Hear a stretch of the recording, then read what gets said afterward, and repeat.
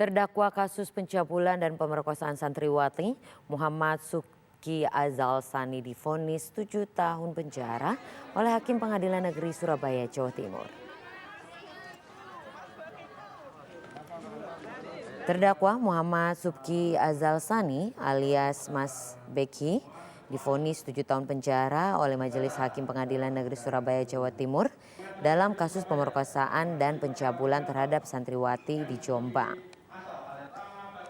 Vonis ini jauh lebih ringan dari tuntutan jaksa, 16 tahun penjara.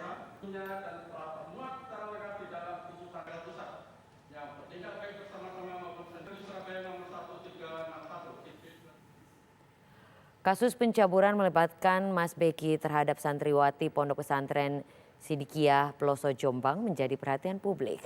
Untuk menangkap tersangka, polisi sempat kesulitan karena dihalangi ratusan santri.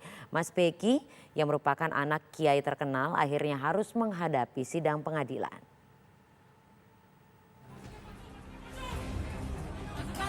Kasus pencabulan yang menyeret Muhammad Subki Azal Sani alias Mas Beki menjadi sorotan publik karena tersangka merupakan anak kiai terkenal di Jombang, Jawa Timur. Beberapa kali polisi kesulitan menahan tersangka meski dengan cara-cara persuasi. Mas Beki terseret kasus pencabulan setelah dilaporkan kepada polisi pada 29 Oktober 2019 oleh korban berinisial NA.